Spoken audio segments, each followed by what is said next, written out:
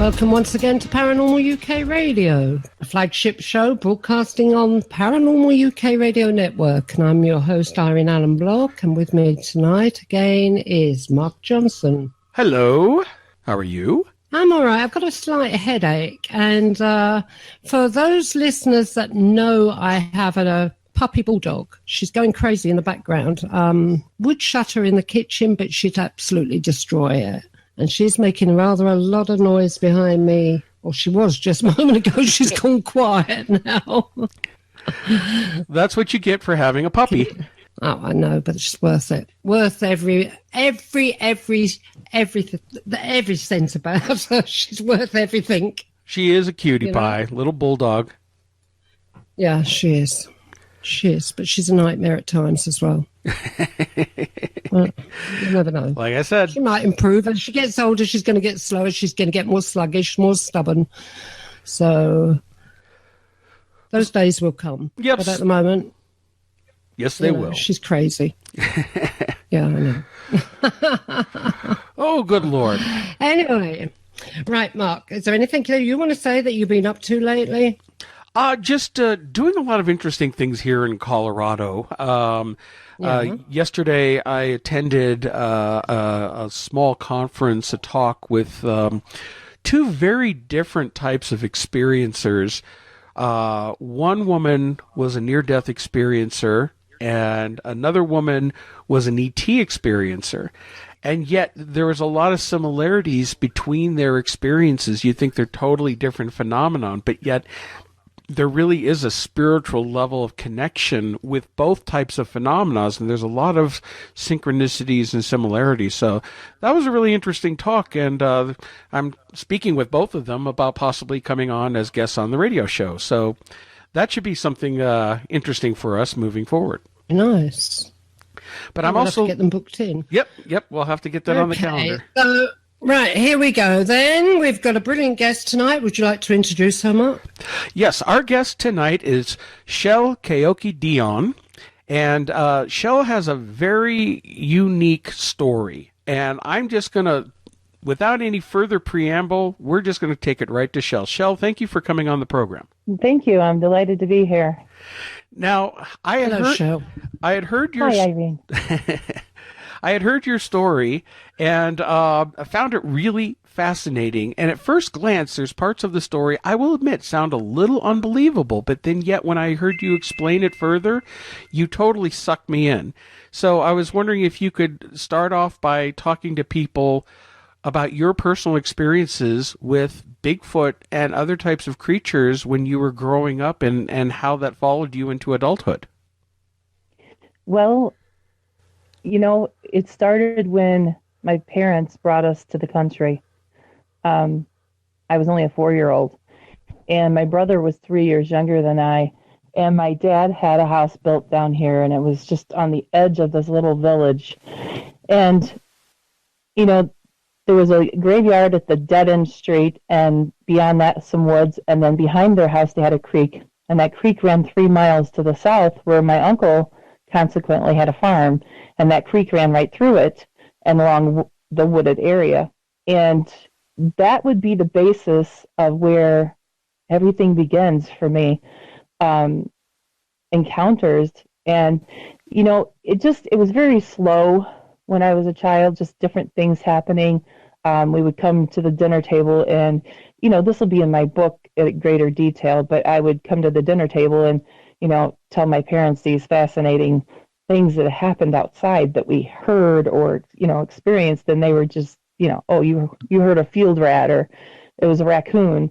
And I'm going, no, it sounds like a lion at the zoo, and so they were just not really connecting dots until some damage started happening to their house. And then they started thinking that maybe people were trying to break in, and then they thought we had a Tom peeper. And it just, over the years, it just kept progressing to the point that you were in fear to be outside at night.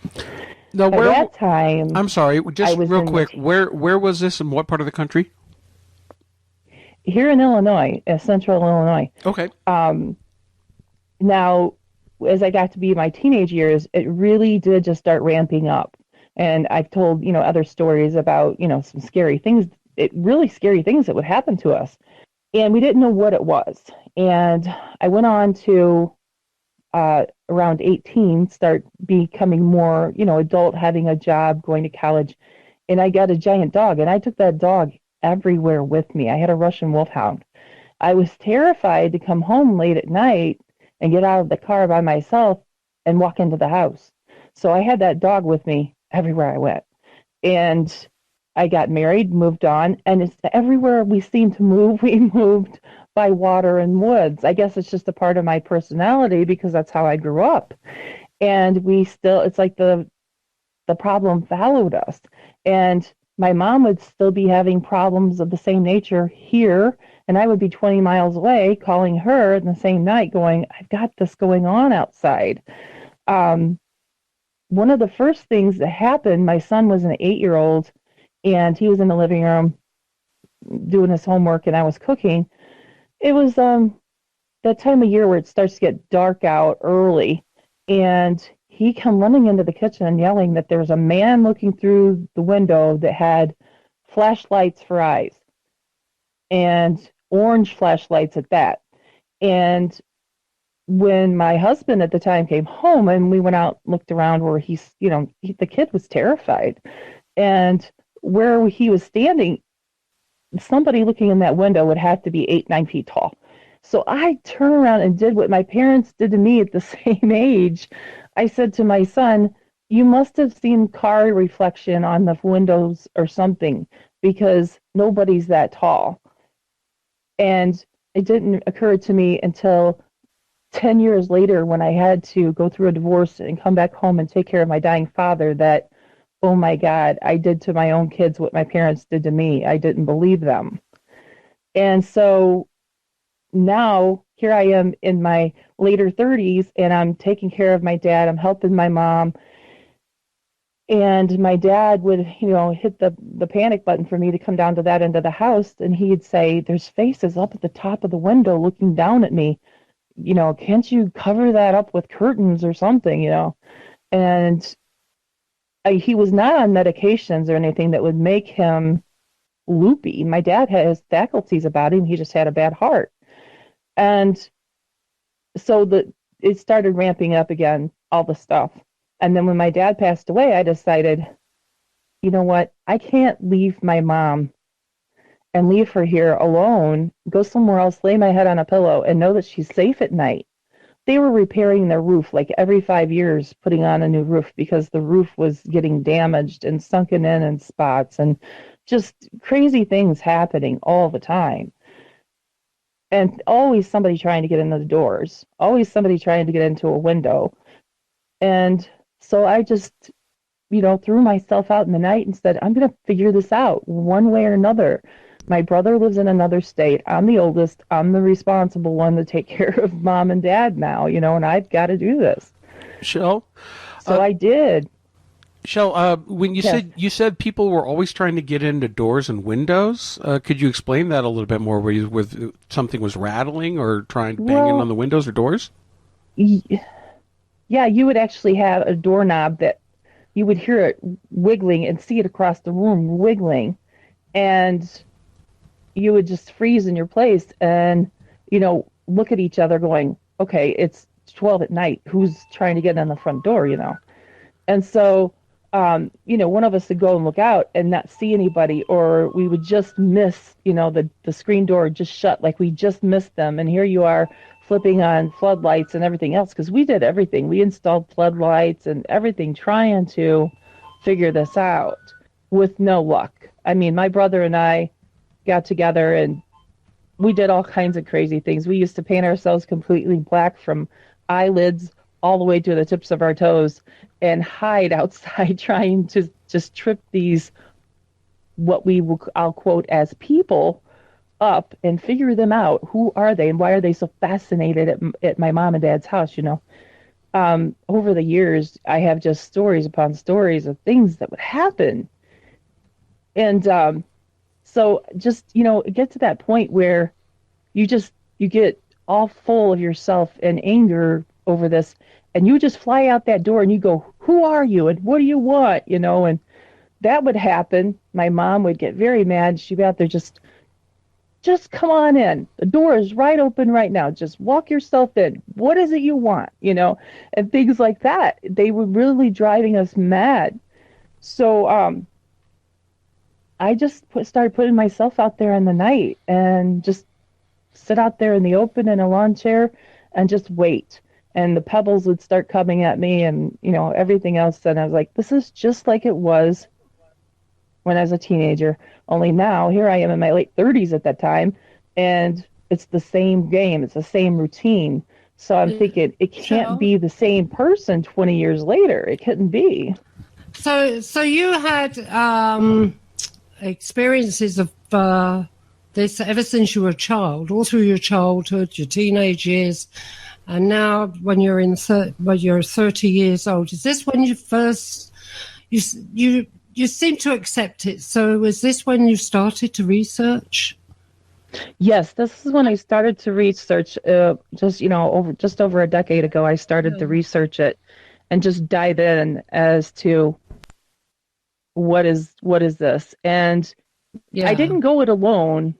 Sometimes it would get so scary. I would call my son, and he would come, and so we would experience it together. And so our first real sightings of Bigfoot, I was in the presence with my son and his girlfriend, and to this day they have memories that they'll probably never forget, because they really did test us and put you through some scary moments as to, okay, are you worth our interactions? And then once they decide that no matter what they do, you're just going to stand your ground, then okay, it's all right. It's all cool. We're not going to scare you no more. Now we want to interact with you. It's just this weird thing that they have about testing. Yeah. And I've taught many people on how to deal with this and coexist with them and how to go about it, because I made so many mistakes that I could shave off years for other people. It took me forever to get to the point where I could communicate with them and interact with them. And so I learned things. And one of the things I learned was, don't be gifting them. Don't be giving them food. Don't be treating them. That was a major no-no. There's lots of reasons I could go into about that. But one of the biggest reasons is they're going to look at you like, okay, as an example, Irene, I haven't known you very long, and say that after tomorrow, I sent you a gift basket. Thank you for doing the show, and some fruit. And you would be thankful for that. You would like that. But then, maybe next week I send you another one. And then a few days later, I send you flowers. You're going to start thinking, what does she want from me? Not only that, but I'm going to start. Are you going to start thinking I'm weird? No, I'm going to start thinking, well, I'm going to start expecting it every week. And then one week when it doesn't come, then I'm going to start wondering why, and I'm going to get upset. There's a lots of ways this can go. You can see that is not a way to go. And the way it first happened with me was an accident. I was pouring down rain. I had backed up my four-wheel drive to the door, and it was early spring, and it was just flooding everywhere. And so it was pouring down rain. We carry in the groceries, and I forgot one of those half carton of Pepsi soda in the back of the truck, and locked it, went in the house, and, continued on with the evening. The next day we cooked dinner, and I wanted a Pepsi. And I said to my mom, I go, where's the pop that I bought? And she says, well, maybe we left it in the car. And I went out to the car to find that, okay, well, the hatch no longer worked, and there was a carton there and a lot of cans that were squished, and the openings turned to the side to be opened, and all of it just left in the back end of my car. Well, they thought then every time they wanted the Pepsi crave, they would go to the car and they would do whatever means it took to get into it. just like a bear would get into a car and tear it apart for food. Well, that happened to my new US SUV. It was only a couple years old, and at this point, it's sitting out on the farm. I couldn't use it. The hatch, you drive down the road, it just keeps going up and down after being fixed many times. Steel. So your insurance doesn't. I'm sorry, your insurance doesn't offer Bigfoot coverage? That's right. They didn't believe me, and I said, "Hey, Sasquatch is tearing up my car." They just didn't believe me. No, I didn't try that actually, but that's just the point I'm making. Is though you do something and then they're going to expect, and the expectation can turn into something you don't really foresee what's coming, because you cannot predict Sasquatch, no matter what you do. I can't do it. I can't predict what they're going to do when they're going to do it. So there's so many reasons to be careful with food. I've heard of horror stories where people would start giving the food, and then if they stopped, then horrible things would happen. You know, property getting torn up, kind of like mine did. And then there's the other aspect. If you're visiting them, that's what a lot of people do these days. Ever since Finding Bigfoot come out, people just flood the woods, and they're tying plastic to trees with little treats in it just to see, if something gets taken. And, they do all these little gifting plates and like little shrines out in the woods. And you're going into their home, their territory. That sets up a whole different scenario there. So the habituation is, if you got them at your home and you start feeding them, you get the expectation going, you may have a mess. And then if you're out there in the woods and you're bringing and stuff, maybe you're not bringing enough and they're not friendly, or maybe you're bringing and they're looking at the fact that you're trying to bribe them. They're smart. They're very smart. So that bribery, they're not going to give you respect, So there's lots of reasons that you can get involved in that whole get the thing. It's not only that, and it's like any wild animal you shouldn't feed, because if they start to rely on you, they won't go looking for their own food. Right, and you're putting things into their body that might not be good they're for not them. used to. And so what if their little one ate it and consequently catches some disease and got sick that we don't even know about?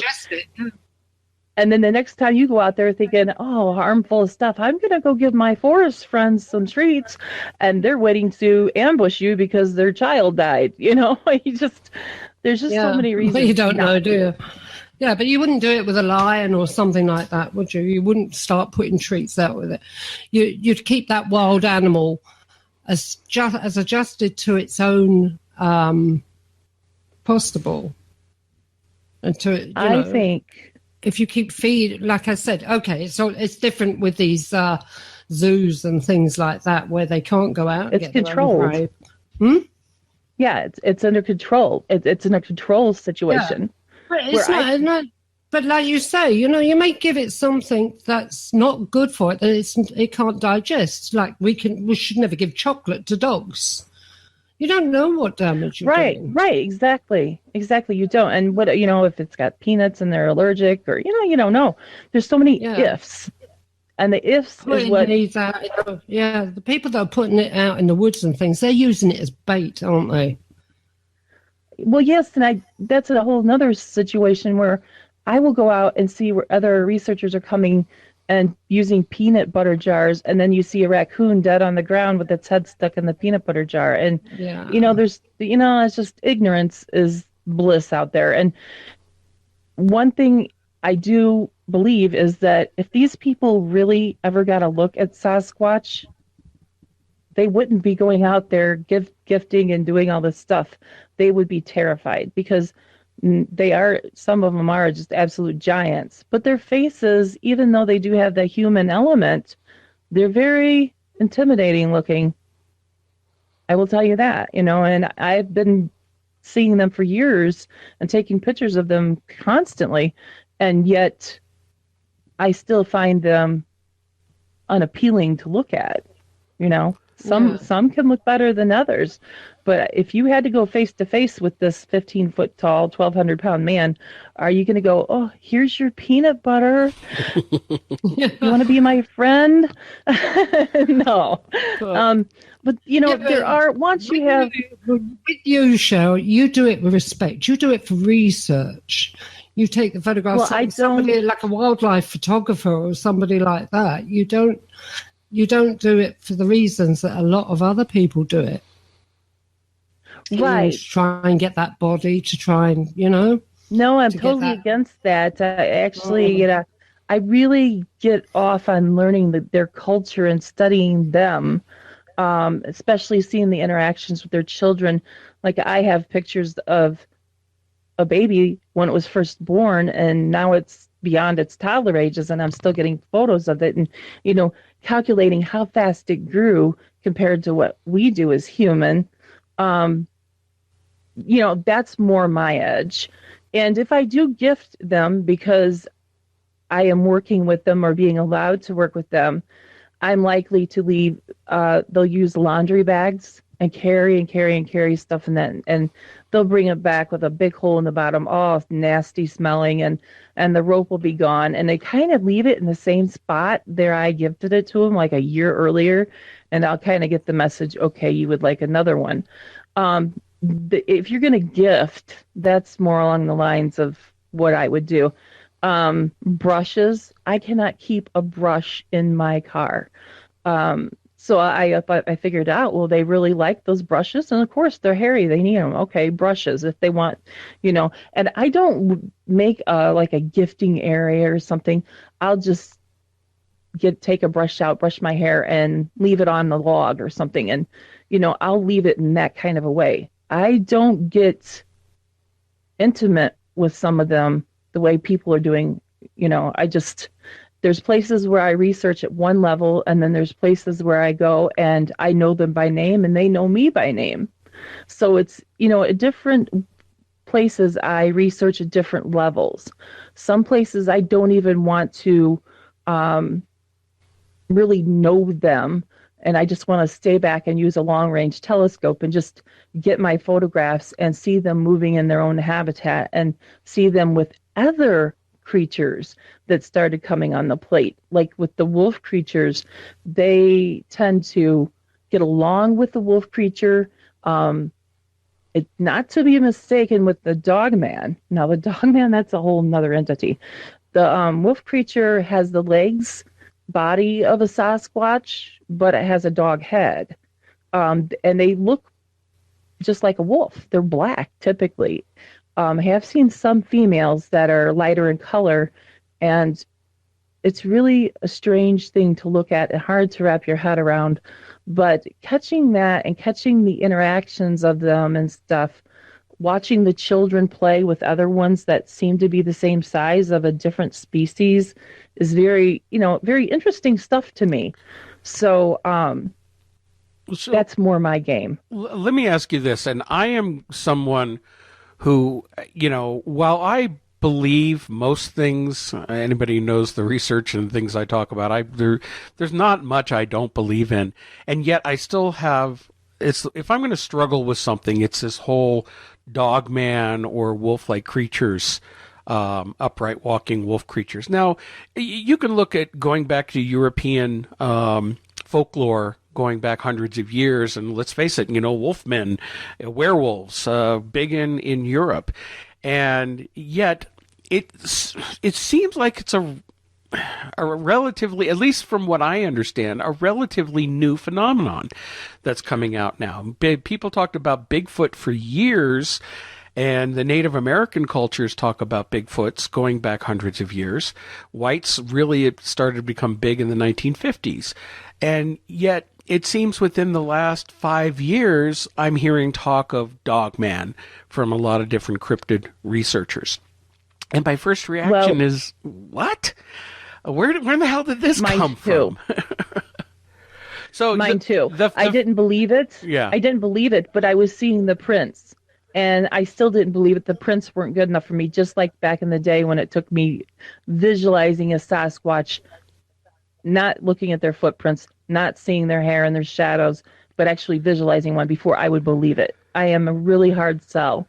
And so I started seeing those footprints back 5 years ago. It wasn't until 4 years ago that I actually visualized the Dogman.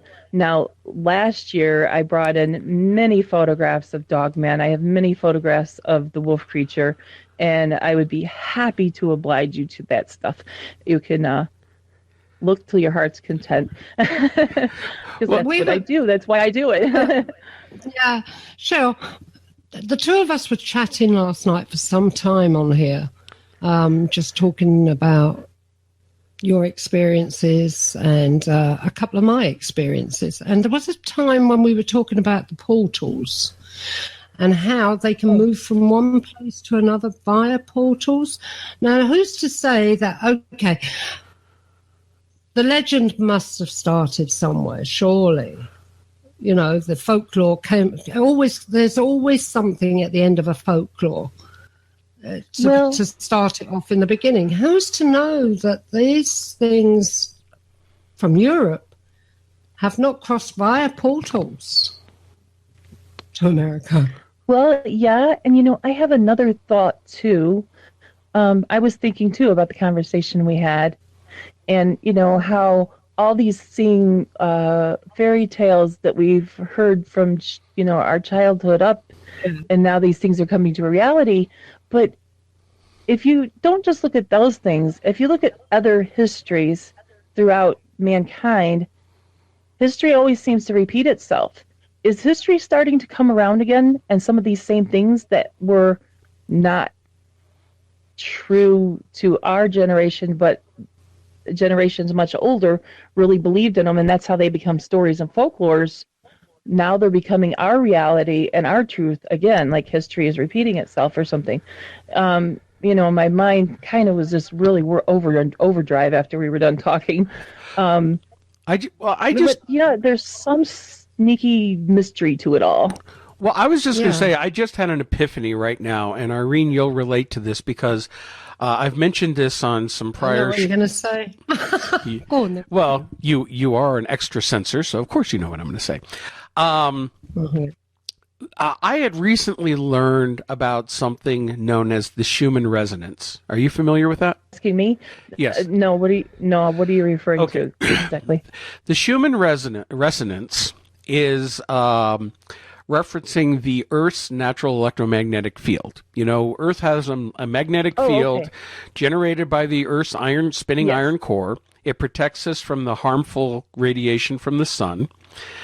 But for years, the Schumann resonance, the frequency of the planet, resonated at 7.8 hertz, on an electromagnetic scale. The human mind, of course, also has electromagnetic field because there is electricity within our brains.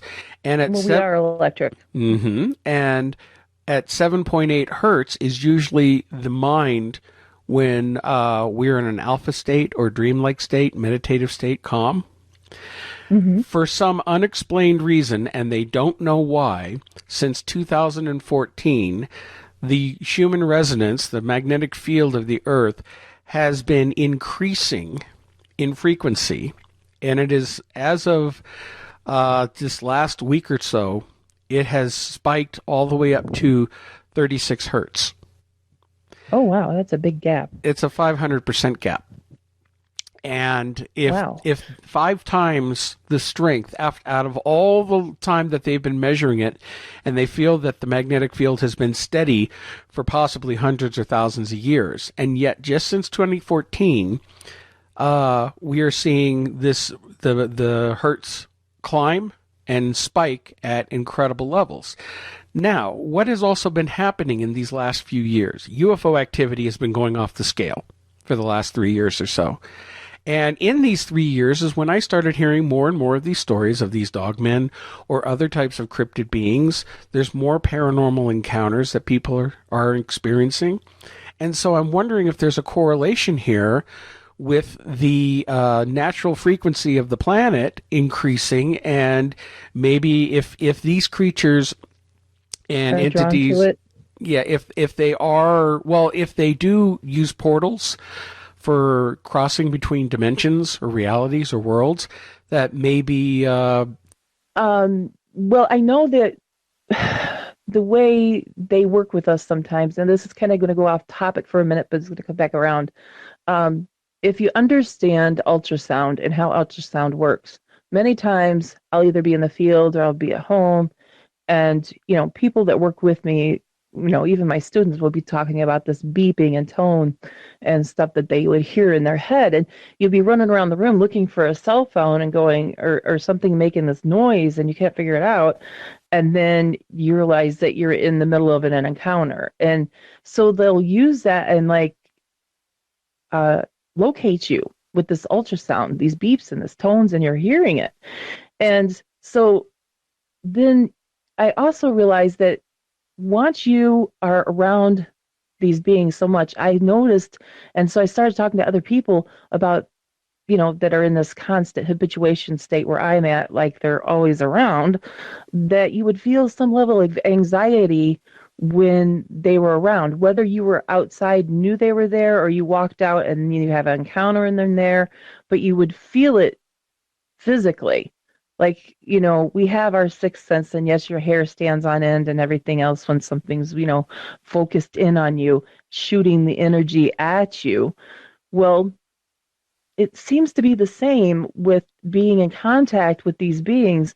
It's like something about yourself raises to where you start feeling and hearing not only ultrasound but infrasound at the same level.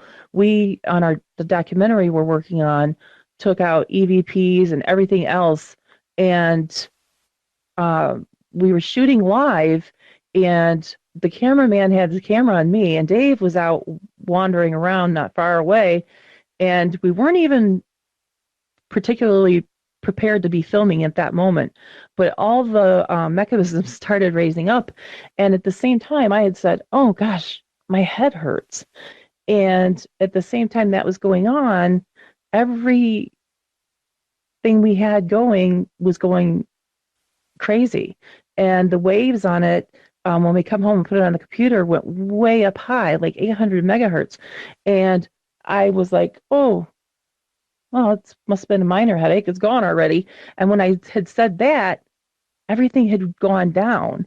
And so when we got home, we reviewed everything we had. David was actually standing very close to what would have been a Sasquatch that we didn't know, and we didn't even know he was there. David has him on camera. Joe has him on film, and he must not have liked David's presence. And I was in line with what he would have been like, shooting this get out of my area type of sensation, and it was physically affecting me so much that we had to leave. We went home. I was done for the day. I took so much of it in that the constant headache and, oh, it was gone. Oh, I got it again. Nauseousness sent me right to the bed for the rest of the day. I was just like I had the flu. I was infrasounded so hard. And then while I was resting, the guys said, you're not going to believe what happened earlier. We know why you're not feeling well. When I woke up, they told me all this stuff, and look at all this, evidence we have of infrasound. And that was, it's monumental, and I can't wait till we put it all together and, let people view our work, because there is something to the energy, like you're saying. They're connected. They're connected to this earth in a way they can pull energy. And I've heard them discuss that, pull energy. And I've got pictures of where just a bolt of light will come right out of the ground, and they're just like you rip paper, they're stepping out or stepping in. And it's connected to the earth, just like you're saying. Whether they're using energy from the earth or they're cycling it with the earth, I'm not sure. That's, still stuff we're working on and still trying to chase those theories down, because everything we do, it starts with a theory and a hypothesis, and then you got to, get the, catch the stuff on film and get it in a way recorded where people can understand it or believe what you're presenting them is really a hard task. That's really where we're at with this whole thing, is trying to go after the harder parts of it. Taking photographs and video of Sasquatch, dogmen, wolf creatures, yes, aliens, I've got it, UFOs, I've got it all. And it really has done no good at disclosure of any of it. Going after the more infinite stuff of what they're about, why they're here, and documenting their abilities is where we're at with it all now. It's like, the other stuff has become boring and mundane. Yes, we see the Sasquatch. Yes, we have pictures of them, comparisons, all of that. You could do that for so long, but it's just going to get old eventually, and that's where we got with it. And we're focused more on this whole energy thing that you've brought up. I've seen some, but not all. There's some researchers out there. There's people out there that I would call researchers. And then there's people out there I would call experiencers or hunters and different other titles. But everybody seems to be walking into the woods and calling themselves a researcher because they found a Sasquatch structure. I think that really needs to be brought down to level. You have real people out there that understand there's a science to this. And yes, they're 63% human, but they're 37% something unknown to this earth. That should take some level of caution. That should raise people's eyebrows. You shouldn't be running into this, because when you get your frequencies higher and higher by being around these things, you start seeing one thing after another after another. And I couldn't wrap my head around the dogman. Then what comes next? Aliens. And then what comes next? Wolf creatures. It's just one thing after another. And yet they're all connected. They're all interdimensionally working together. You see them communicating together. You'll get a picture of a UFO at the same time you get a picture of a Sasquatch running across the yard. I have that. There's just so many instances where they've proven that they are linked together, that it needs to be studied as a whole, and it needs real scientists on every level coming together to look at it, so that we can bring this whole, the energy that the earth is putting off of, and it's higher in this place, what's happening now at this place, and let's have the people that know the most about that individual thing and that individual thing all come together and, stop running a rat race that's not going anywhere, because that's where we're at now with research. People are running a rat race and they're not coming anywhere near where we need to be to understand this thing as a whole. Well, let me ask you a couple of questions, and I know you've already touched a lot on them, and I know which direction you're going into, just for the sake of our listeners, okay? Now, I know many Bigfoot researchers. I know researchers who have had their own sightings. They've been searching for 20 years in Ohio, in Pennsylvania, and most of the Bigfoot researchers I encounter believe that Bigfoot is just an undiscovered North American great ape or hominid. Obviously, I don't think you believe that. They also, in my opinion, seem to exhibit a lot of abilities that almost appear paranormal. Yet, I think that, and again, you can correct me and let me know what your thoughts are. I think that paranormal is in reality our lack of understanding of the nature of reality and what energies can do. We're only programmed to really know and understand so much, and yet there's so much about our reality around us that we're not aware of. So is it safe to say that these intelligent beings are not primates, but something else, and that they do have the ability to appear or disappear, or to transfer among dimensions? I'm really glad you brought that up, because, well, for one, your first statement there about paranormal, for me, paranormal is the normal. I think there's so much more to our reality that people don't realize, or they just don't resonate with, or they're not vibrating at that frequency to even understand it. They don't pick it up. And yet there's hundreds and thousands of people that do. Now, when you talk about this, I'll say the word cloaking. Okay. I don't believe that they're cloaking. I don't believe that whatsoever. What I believe is this is based on energy.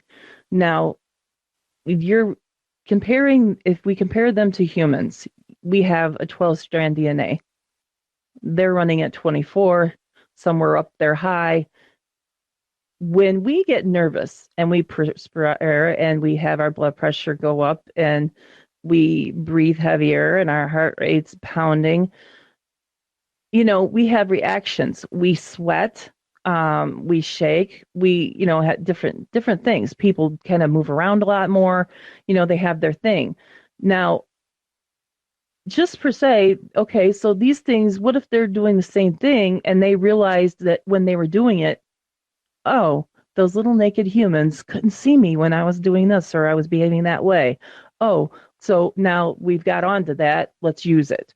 I think that they have a faster particle spin at that point, because when we have a faster particle spin, when all that elevates for us, that's because our particles are generating more energy. We are energy beings. We are light beings, 98% water. If they're that much human, when you said this yesterday, Shel, this really, really made me understand my experience. And I tried to explain it to Mark earlier today, but you're explaining it a lot better. Well, I hope so, because there's so many cloaking, invisibility, magic, all those are words out of the human language. And the humans, right, I'm sorry, do not have that great of eyesight. Our dogs and our cats have way better eyesight. This is an example of what I'm trying to say. The other day, my dog was sitting on the couch next to me, staring out the window, and she just growling. And I'm like, what is your problem? And so I look out the window, and I don't see a thing. And it dawned on me, you know what? Even though it's winter and I'm taking a break, go grab a digital camera. So I did. And I zoom out. There's a Sasquatch looking over the top of the garage down at the dog, and that's what she's growling at. So I take the picture of it. And then I wait, and he stayed there too long. So the sun was actually moving. And then the next day, exactly at the right time, I took the picture and got the comparison. He's not there, and got the dog up there on the couch and say, trying to get her attention over there. And she just wouldn't pay attention to nothing. So, okay, he's not there. What she was seeing yesterday and what she was reacting to and what showed up in the camera was definitely there. And so our eyes cannot see what my dog could see. And so, yeah, it's just, we're coming up with these words of cloaking, people seeing shimmer, people seeing something that looks like a heat wave, something that looks like water. I've heard it all, when people describe the invisible. That's similar to my experiences, and I only wish that I'd had a camera now, because even though my eyes couldn't see, the camera would have done like you said. Yeah, and sometimes we've used the camera or even a cell phone in safety situations, because I have had these dogmen around my house, and they usually show up in the fall and around in the winter and the spring, and then they're gone. I think they go north where it's cooler, but we would take our dogs out, and Dave will stand there with a really bright flashlight and just watch the dogs, and I will stand there with technology and just keep scoping our area out, and I see one and I'm going, okay, let's go, and I start taking flash photos, blinding light to keep it away, and it'll show up right to your face when you're looking through the camera, but behind the camera you're seeing nothing. And it's such a weird thing to wrap your head around. I didn't believe when people first started coming to me and saying, oh, they cloak and, oh, they do these invisible magical things and everything. I was thinking, these people are nuts. And boy, did I have some apologies to give when I started realizing that there was something to it. And for me, it happened, the very first experience where I would say that it was a cloaking type situation. I was sitting around a campfire with a friend, and it was a really boring night. He was about to fall asleep, and this Sasquatch must have been standing there just, observing us or something. And I was looking straight ahead and I didn't see anything. And all of a sudden it was just like somebody plugged something in, and how the plug may have been loose and it just didn't stay. It was there and then it blinked and it was not there, and it blinked again and it was there, and then it was just gone. And I raised my hand up in the air and hit my partner's leg so hard. He complained for 2 days thinking that I broke his leg. And it scared me. It scared me so bad. It made me feel so vulnerable, because that thing was huge. That thing's gigantic. He's only, 15, 20 feet away from us. And, here he is 12 feet tall, and we can't see where he's at. It just totally mind freaked me for a while. And I really had to want to keep on this road. Do I want to continue research if that really is true and that they're capable of this? What else are they capable of? And are we safe? That was my first priority, is, oh my God, are we safe? And how do you protect yourself against something like that? And to know that these other things are doing the same thing. I mean, I've gotten pictures of gray aliens doing this, and we've got a picture of a reptilian doing it with a gray alien beside it. We've got a picture of Dogman doing it, wolf creatures, Bigfoot. I mean, and the nice thing about it is sometimes we have video to also compare with the camera that took the picture. So you'll have two different cameras that have done it, and you have witnesses standing there and all of us seeing nothing. And you can't argue with that. You cannot argue with when you have people that are credible and you have people that don't believe in that, and they're going, oh my God, I can't believe this is happening. It makes you go, okay, then this needs to be looked at. And we got to start thinking outside the box. If we're going to think outside the box, well, you might as well take the walls down too, because you cannot look at this whole thing here, claim to know all of it when it is so vast. And I know a lot, but I definitely don't know it all. And, I guide people, I teach people, I help people in the habituation situation where they're on their properties, like I've had to learn, and help them coexist and help them not have so much fear to just take the garbage out because they're going to walk into a shimmering man like you've seen, Irene. I'm sure that really give you a fright. And I'm sure that it took many, many days of you going back and letting your dogs out at night and you not thinking about that same event over and over. It can be very traumatizing. I've got to admit, I did think about it for a few days. Like I said, the very first time it happened, I was quite proud of myself when I faced the first one, but it was a lot smaller. But 2 years later, when it happened again, and like we said yesterday, could this have been the smaller one now, 2 years later, quite a lot bigger? When that happened again, I thought, oh, Christ, something's out there. There's definitely something out there. And like I said to Mark today, that noise I hear over in the woods up on the hill, always at a certain time of the year, and it is blood-curdling. And I can't figure out what it is. And I know native British animals, and I know the noises they make. I know what the fox's mating calls like, and one thing or another. This is beyond all that, beyond it. Just once a year, about the same time every year. For me, there's a situation where I guess it's the same Sasquatch that goes through.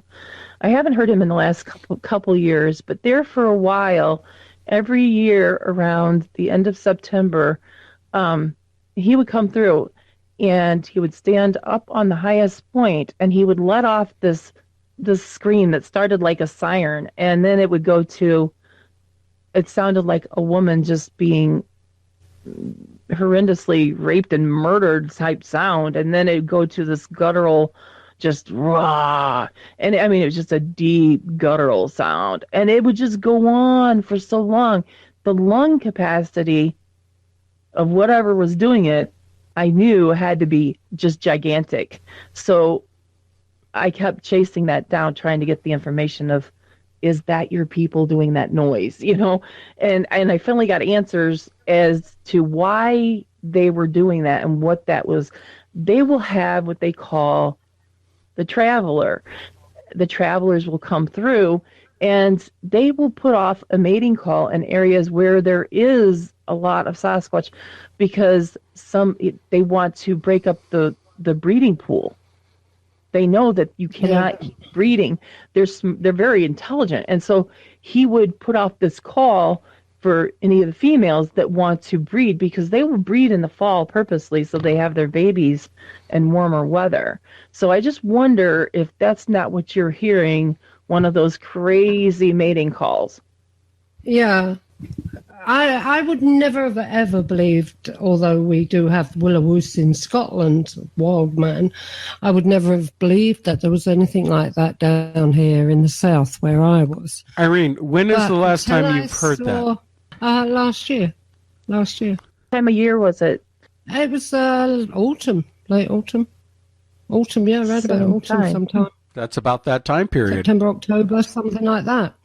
But the point is, if I hadn't seen shimmering figures over that 2-year period in the garden that I did see, and when I explained them to, was it you, Mark, or somebody, I think it might have been you, and I described what they looked like with the long arms, like you could see the outline where the arms would have come down to practically the calf, like an ape.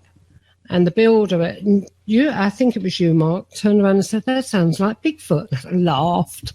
Bigfoot over here in the UK. Yeah, sure. Especially in Wales. Now, you told me, Shel. I'm beginning to think this is true. It must be. It must be. Whatever I saw, it was a moving, living something out. Well, my experience has been that I've got students all across the globe. I mean, everywhere from Australia. Yeah. I've had New Zealand. I've had the Philippines. Hawaii, believe it or not, one of my students went on a trip to Hawaii, knew what to look for, and was shocked that she didn't even have to get outside of the suburban area to find signs of them, and then actually take some pictures of some eye shine in the evening. So there's been every continent. There's just a few that I have not heard anything from, but it seems like on every continent there's some very credible experiences that I have to go, oh, I want to go there. I want to go check this out. But I have to take it as an experience. A possible Sasquatch is what I lean towards. And everything that you've told me as far as the shimmering and the shape, and then, that mating call, I have to question if it's not Bigfoot that you have come in contact with. Well, this is what I'm saying. It maybe Will-o-Woos. We call it Will-o-Woos over here in Scotland. Old man. So yes. Yeah, why not? Why not? Okay, we don't call it Bigfoot. If they could take portals and stuff, and hey, if they're in contact with those guys flying a little silver disc around in the sky and stuff, why not?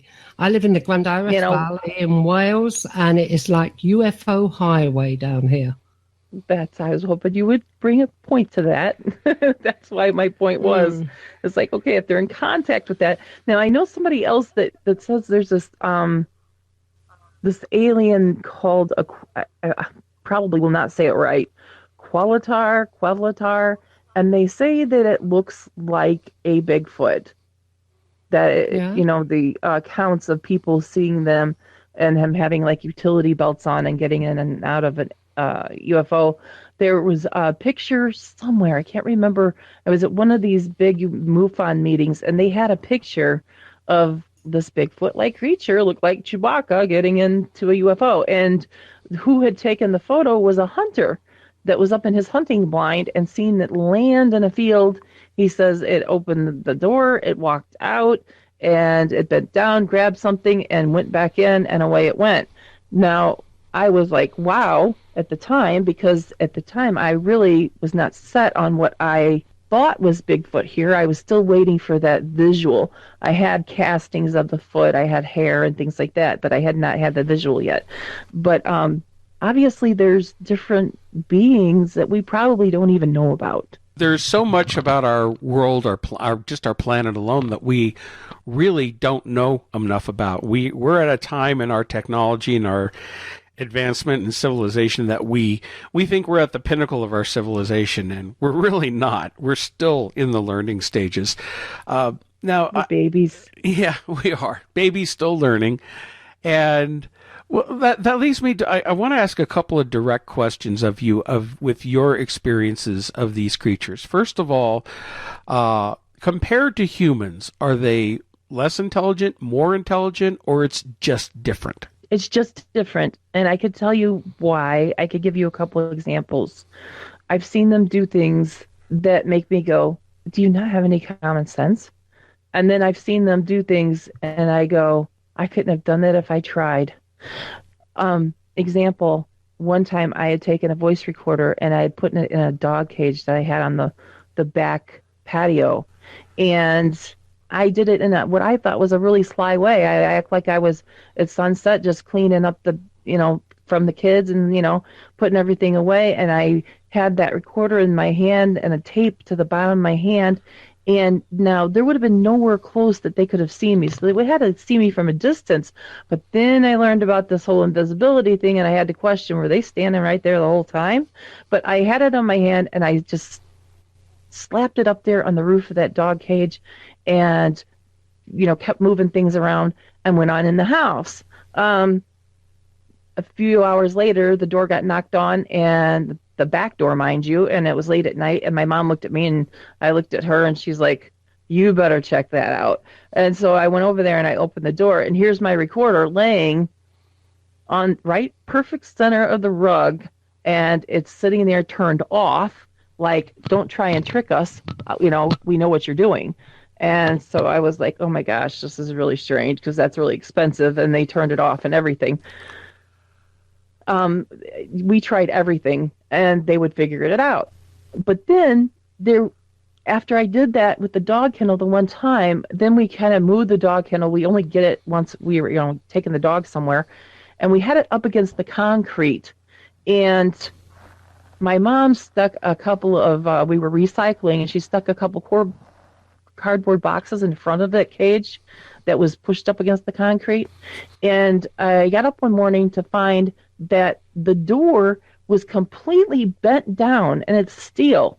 It's for a larger dog. It's bent down, and like they put their hand in there feeling for it to make sure the recorder wasn't there, when all they had to do is just move it back. Why did they have to bend the door down because it was latched shut?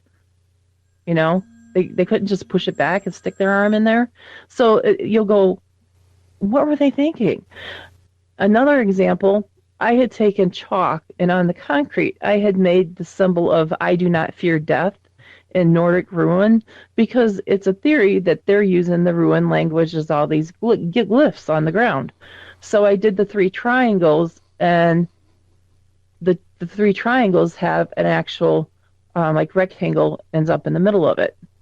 And I have a picture of this too if you guys want to see later. So I left the chalk there. I did this late at night, like about 10 o'clock at night. Now, there's no children around anywhere where I live. And there definitely wouldn't be any people out there that late at night, because even our neighbors had gotten to where they feared going outside at night. The very first thing in the morning is I go out there to see what, transpired. Did they do anything with the chalk? Well, they did. The way they answered, it would have taken me paper, probably 30 sheets, and a bunch of tries. And here they just did it. Bam, done. They made 3 X's that crossed over each other, just like my triangles did. And what was in the middle? A rectangle. Just like the triangles had left a rectangle in the middle. They did it with X's. One try. Just slash, slash, slash, and done. And I'm going, God, they're so intelligent sometimes, but other times you think you're dealing with an idiot savant. It just depends on which one you're dealing with too, because, you get different ages, and I've noticed that the youth, the juveniles, can be so clumsy and do such klutzy, funny things, whether you're talking the wolf creatures or the Sasquatch. But, the adults seem to be more reserved and wise. They will think up things or do things for you, just boom, out of the kindness of their heart, should you say. An example, I'm terrified of snakes. You guys may think that's funny. You may think it's funny because I play with these big hairy guys, but yet I'm terrified of snakes. Well, yeah, so really then, Shel, they're no different to anything in the animal world, are they? The juveniles, well, like puppies, you've got puppies. Yeah, they do funny things. Do crazy things, yeah, but as they get older, they get more reserved. Well, plus, in terms of intelligence, when you talk about human beings and these Bigfoot creatures, sometimes they seem smart, other times they seem stupid. All you have to do is go to YouTube and watch all the videos of stupid human beings doing some really insanely stupid things. Yes. And you'll know that, I think that's just part of the nature. They're not that much different. Yeah, exactly. They're not that much different. But they would do, like, one thing I didn't even think of when I first moved into this house 2 years ago. There's 2 pipes because we live close to the swamp, which is a highly active place. I would have chose my house. Well, now I move closer to them instead of trying to get away from them. But we have these 2 pipes that come out that constantly is like a water pump that keeps water from going into the basement. And I don't like snakes. And so we kept finding these dead snakes all along the edges of the property. And so Dave is like, well, their necks are broken. He would pick them up and look at them, like, kind of dangling. He goes, I really think they know you don't like snakes, Shel, and they're killing the snakes before they come on the property. And I'm like, well, that's nice. How very thoughtful of them. That's lovely. Then one of them had brought a piece of a screen, like, you use on your screen windows, and laid it up on and kind of wrapped it around that pipe and laid it on top of it, kind of like giving us the message, you should cover these pipes so we have, don't have to keep killing snakes. And they laid the dead snake by it. So we would get the idea to cover those up and it won't go in your basement and then we won't worry about you, It was kind of like a really nice thing that I didn't even think of, that, oh my gosh, those snakes could go looking for warmth in the fall and because that's when they were doing it, was in the fall. And they could go up in those pipes and get into the basement and I would probably just fall out of myself. So they'll do things like that are very thoughtful and very logical, that I didn't even give it a second thought. So they're highly intelligent. It's just, I think that sometimes you're dealing with a juvenile, sometimes you're dealing with, an old wise one. It just depends. They're all individuals just like us. And when I first got to interact with the clan as a whole, my very first question when I realized that I could communicate with them, the first thing I thought was out of my mouth, but I guess was coming out of my head to them, was, what do you call yourselves? And their answer was, the people. We're a people too. And I've always asked them, is there anything I could do for you? Especially before winter or something. And they'd say, just teach your people we're people. That's all they've ever asked of me. That's all they ever wanted from me, is just to teach your people we're people too. And there is 4 languages, I've learned that they have 4 different languages, and they've showed such humanity sometimes that our people don't even come close to. And I think I have learned so much from them as far as just wisdom and patience and real, just a humbleness that comes across that I don't think I would ever come to without meeting their people and watching their people interact with not just us, but the other beings, like I said, the wolf creatures and, other beings. They just seem to have their open heartness is very big once you're past that rough exterior of you don't like us, you're afraid of the way we look, all those things that they keep themselves hid from us for. They just don't like the reactions that we have to them. And they've made that clear on many, many times, different ones that I've been introduced to. They'll hide their face behind a tree and do the whole peeking around thing. And that's why we called our team, tree peekers. That's where we got that. They're peeking. But they really are no different than we are. If you break it down, their aunts, their uncles, their moms, their dads, grandmas, grandpas, nieces, nephews, they're just like we are. They've got their family units, they've got their community clan unit, which is not like, you think of a clan and you think of probably like a bunch of people living together, and it's not like that. They spread out. Like, they'll have a clump here that's a family here, and then 4 or 5 miles away you have another clump of family, but they belong to the same clan. Being Scottish, I'm sure Irene can relate to that. Maybe not. The Scottish clans. Are we old enough to relate? Well, yeah, we're old enough. We're old enough. Don't worry about that. Shel, it's all about respect. You respect them, they'll respect you. Yes. Yes, that's exactly how it is with and that's with everything. You broke up a little bit there, Irene. That's Sorry? I've met a few that are not. They don't like humans, and they're nasty. They're just like us. You give what you get, in most cases, and you still have to approach them all like strangers. Actually, I'll respect their space, and they can respect mine.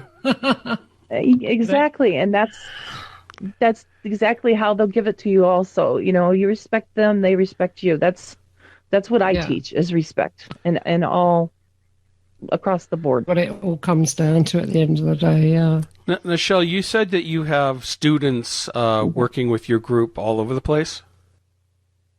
Yes. Okay. So let me ask you this. Me being here in Colorado, I moved here a few months ago. I know that there are a couple of areas around here where there have been Bigfoot sightings. And it's something, when this weather warms up, I'm interested in looking into. So my question... I have a student close to Denver. I'm in Colorado Springs, so I'm an hour south of Denver. No, I have a student out there. Okay. Well, so for somebody like me who's wanting to learn and go out and research, what is the best approach if I go into an area and start coming into it? Obviously, you don't want to go in doing the stupid calls and leaving gifts or doing everything that's going to disrupt an area. But, I would assume that it would be more like the Jane Goodall approach, where if you quietly come into an area and just let your presence be known passively and let that... You already said it. You said my key, and my students will tell you they hear it over and over. Just be. Mm-hmm. You said the words in your sentence right there. Just be. Now I have a curriculum. Okay, and go ahead. I teach everything from all their eye colors that they change. It's all a communication, and those colors and the way they go about it. The markings, the structures, there's a mapping system to that. There's a way to get on the Bigfoot highway and get off that people highway. Mm-hmm. There's ways to find them and easily find them. And it's tried and true all around the world. And then I go into different segments where you learn how to get past the adrenalized part where they're scaring you so bad you just want to run. But you got to know the difference between fight or flight, and when should you take it? When should you not take it? And then there's the spiritual side of things, where you're learning as much about yourself as you are them. And they're learning you and you're learning them. And this is a process. And it takes about 1.5 to 2 years to get all the way through the curriculum.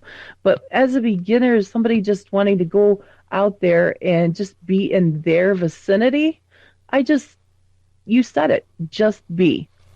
Go out there, walk your dog, hike, take a friend, enjoy nature. Mm-hmm. Because I always say this, and yet you've probably heard me say this before. You cannot go finding Bigfoot. It won't happen. Mm-hmm. You go out there and you find yourself, and Bigfoot will find you. If it's meant to be and it's part of your journey, then he will find you and you will have a path.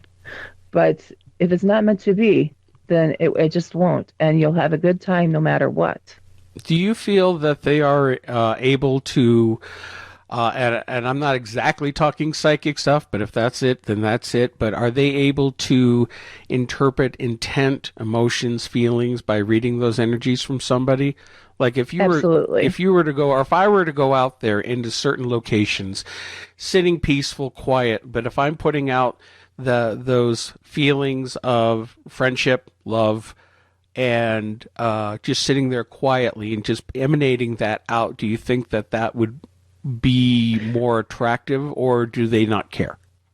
Well, you know what? You need to look at this more of how would you be if you're sitting in the park and the park bench next to you, a guy comes up there, he's got his hands in his pockets and he looks tense and stiff, and he comes up there and he puts his foot up on the park bench and he's kind of just got the scowl on his face and just looking around. You kind of go on high alert, kind of keep more notice of him. Mm-hmm. His body language tells you everything. Now, if you have a man that comes up there, sits down, and he's just kind of relaxed, he's got a book with him, and his body language is very open, you don't think twice about it. I mean, you kind of leave him to do his thing.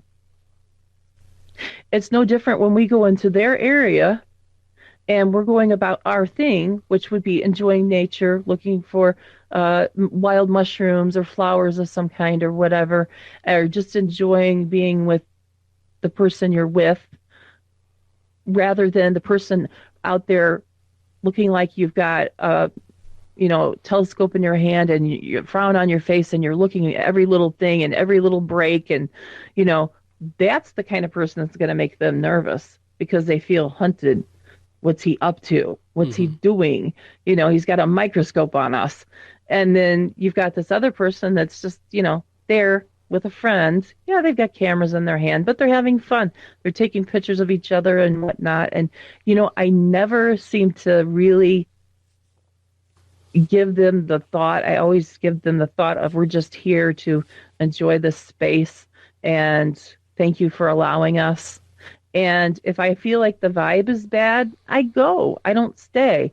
They can give a vibe off just like we can give a vibe off. And if they get that vibe that you're there hunting after them, you're never going to see them. You're never going to experience them. They pick that vibe up just like we would if the guy next to you at the park bench had a negative vibe or a real intense vibe, opposed to somebody that's real relaxed.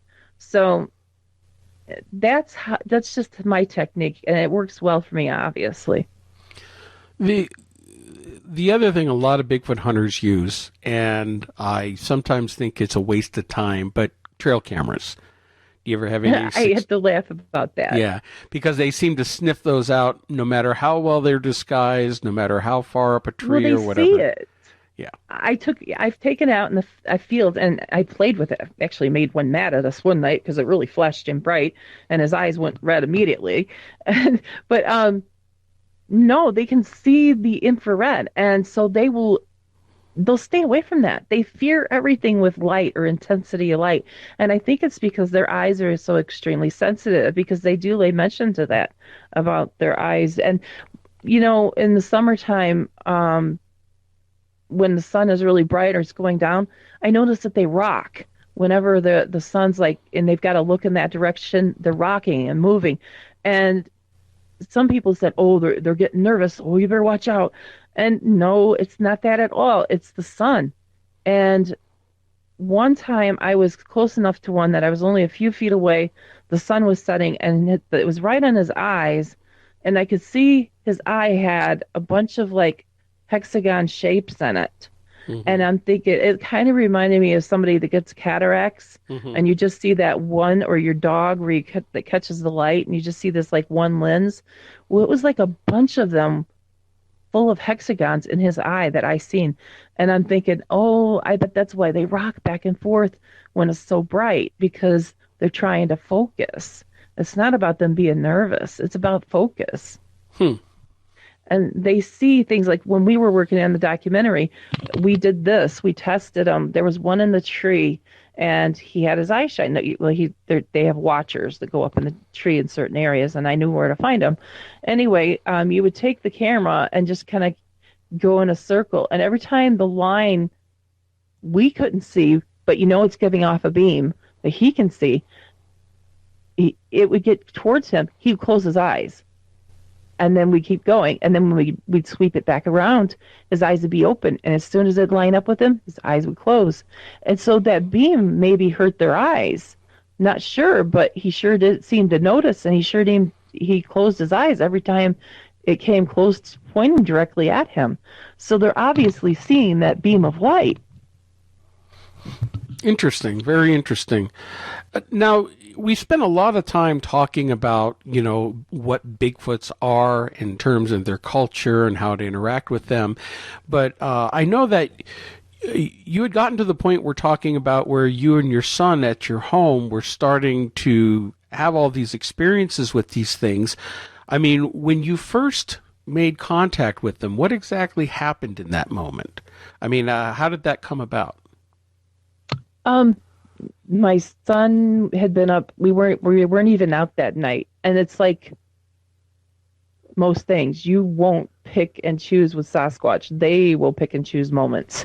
Well, he was playing games, and I wasn't feeling well, so we weren't out that night, and I'd gone to bed. And the next thing I know, my son flies in my room. He's like, "Come on, Mom, you got to get up. You got to come out. You got to come out. They're out here. They're out here." And I'm like, yeah. I'm figuring they're just whistling and throwing pebbles and doing the norm. And he's like, "No, Mom, they're showing themselves. Come out here. Come out here." And I'm like, "What?" So I jump up and I go after him. And I walk around into the living room, and I see the door is just wide open.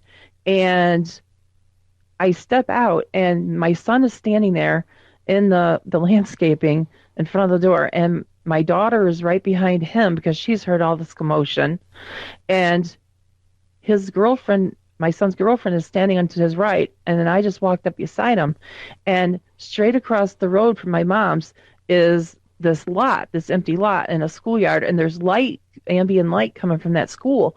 And they were just standing there, and their eyes were kind of glowing. And you could see them, the father, I guess, is giant, and it's got a female, and she's holding a baby, and there was 2 juveniles next to him that were about the same height, a little bit shorter than the female, and they were just showing themselves, just standing there.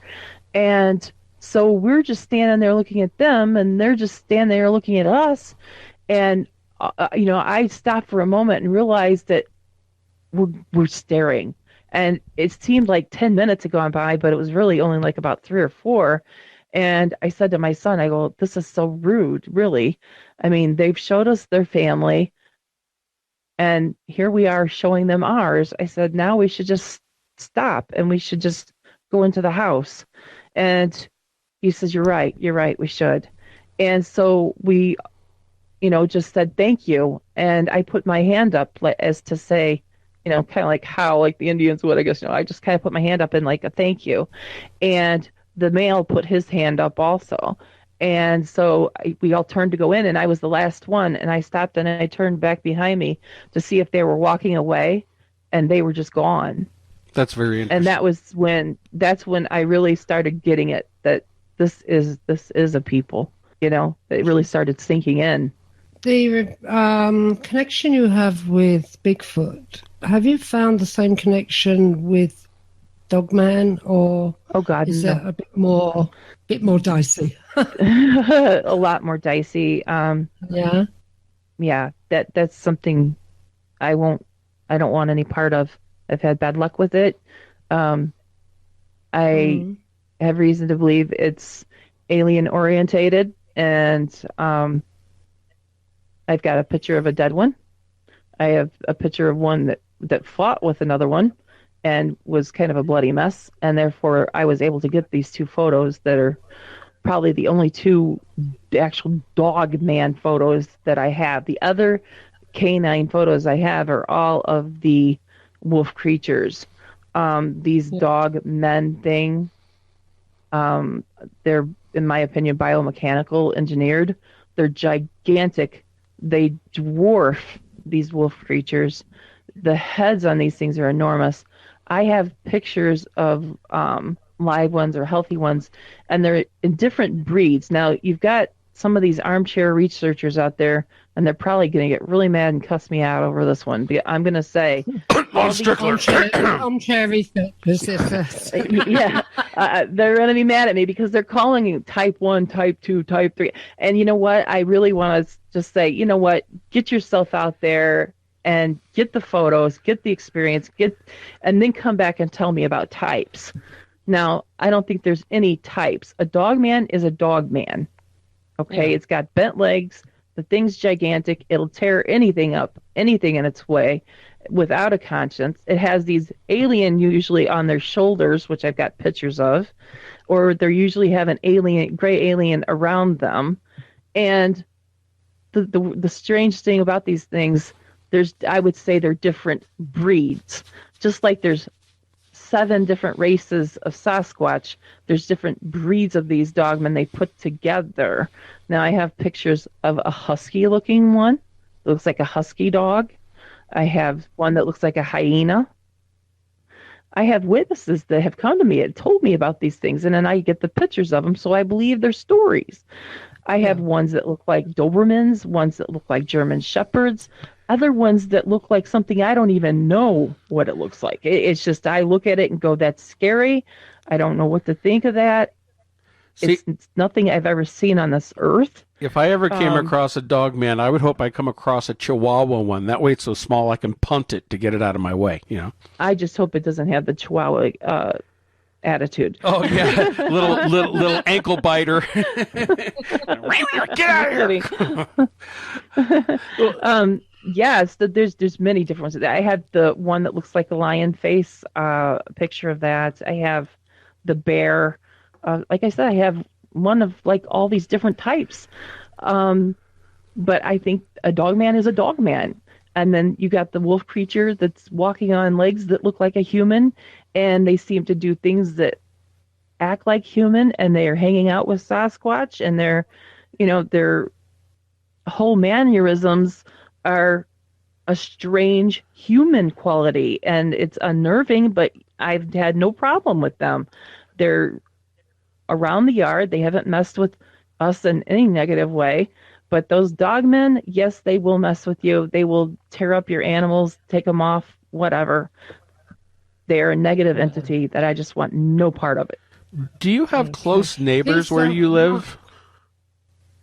I do. I'm on the last street on the east side of the village I live in, and my mom is on a dead-end street on the west side. Mm-hmm. And we're surrounded by waterways and trees that, line up to this and that and connect to this and that. And like I said, I've got a swamp that's like 6 blocks down from me.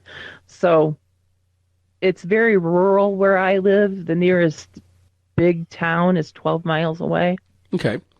You were going to say something, Irene? I'm sorry I interrupted you. Yeah, I was. How do these armchair investigators differentiate the different types, type 1, type 2, type 3? Well, they're listening to people's stories and, well, you've seen one that looks like that. Well, you've seen this that looks like that. Well, I want to touch on that too, because if these people are alive to tell their stories, okay, 9 chances out of 10, they probably seen a dog man from a distance, or they seen a wolf creature that dropped all 4s and ran off and left them alone. And one thing that really has bothered me ever since I got into research at a really hardcore level is your phone ringing at 3 o'clock in the morning and somebody going, oh, this is so-and-so, and I got your number from so-and-so that knew so-and-so, blah, blah, blah, blah, blah. And I was attacked by a Sasquatch tonight. And I'm like, and you're alive to tell me about it? I'll talk to you tomorrow. You didn't get attacked. You had an encounter. Okay, if these things are going to attack you, then you're not going to be here any longer, okay? Sasquatch or otherwise. These things are massive in size. It's something to hear about it. It's another thing to see it. And that's what's annoying about these armchair researchers that think they know something because they've heard accounts. They need to get out there and experience it themselves and then come back with their theories. But when they come back with their theories, they need to come back with some educated proof here. They need to come back with some, a hypothesis that they used to get that theory, and then they need to show us some of the proofs before they start giving conclusions. Because as long as I've been doing this, I haven't come up with any conclusions. Well, I will tell you a lot of encounters and a lot of experience, but I won't give you conclusions because none of us really know. No, we don't. And that's a problem with most of these armchair researchers. They're armchair researchers for a reason. They're either too fat and lazy to get off their butts and get out and do real research, and they much rather just, take Say it like it is, Mark. emails. Of course I am. I'm saying it like it is, and we know who I'm talking about. Takes everybody else's... I'm going to give you a knuckle tap. A knuckle tap. There it was. It was virtual. Oh, okay. Yeah, I can't berate any one person and point any one person out, but there are a lot of them. There's too many, and that's the whole point. Is any of these research, and and as a paranormal researcher, UFO researcher, all sorts of things that we've investigated, anybody who comes out and say they're an expert, or if they say that, oh yeah, we know what's going on here. Oh no, you don't. Even ghost hunters irritate the hell out of me when they go into a location. They go, yes, it's this spirit. It's Lizzie, and she died because of a broken heart, and we know she's still haunting these halls. How the hell do you know that? You don't. You've got some EVPs, fine. You've got some activity, knocks on the walls, whatever, but you can't sit here and tell me not only who it is, but what their motivation is. Going out and looking for these creatures that we can't... It's hard for normal people to go out and study in their own habitat because it's the other way around. They study you. And, I mentioned Jane. Absolutely. I mentioned Jane Goodall earlier in the program, and that's really the way it has to be. Not like these killing Bigfoot or mountain monster where you got these yeehaw hicks running through the woods screaming and hooping and hollering and we're going to go get that son of a bitch. I still, that shows my guilty pleasure. I love it just because it's so damn entertaining. But I know, right? That's the funniest stuff. But at the same time, it's kind of sick because it teaches people to think that that's okay. Right. And that is the problem with it. And